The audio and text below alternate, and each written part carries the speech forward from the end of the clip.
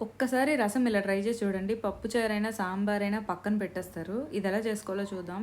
First ఒక పెద్ద lemon size చింతపండుని ఒక పెద్ద బౌల్‌లో వాటర్‌లో నానబెట్టుకొని ఉంచుకోవాలి. ఇప్పుడు ఒక కడాయిలో 2 టేబుల్ స్పూన్‌లు ఆయిల్ ఏసి, అర స్పూన్ ఆవాలు, ఒక స్పూన్ జీలకర్ర, అర స్పూన్ మెంతులు, 2 ఎండుమిర్చి, ఒక చిన్నగా తరిగిన ఉల్లిపాయి, కొంచెం కరివేపాకు, 2 దంచిన వెల్లుల్లి ఏసి కలర్ చేంజ్ అయ్యేంత వరకు వేయించుకోవాలి. ఇందులో 1.5 స్పూన్ రసం పౌడర్ హోమ్ మేడ్ ఇది. ఇది నా ఛానల్‌లో అవైలబుల్‌గా ఉంది. ఇది ఏసుకొని 1 నిమిషం పాటు వేయించాలి.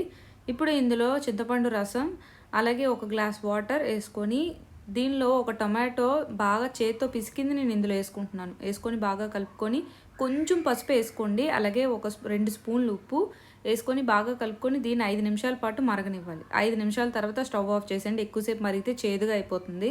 ఇప్పుడు దీనిలో కొత్తిమీర ఆకులతో గార్నిష్ చేసుకొని రసంని ఎంజాయ్ చేయండి. చాలా బాగుంటుంది. Thank you for watching.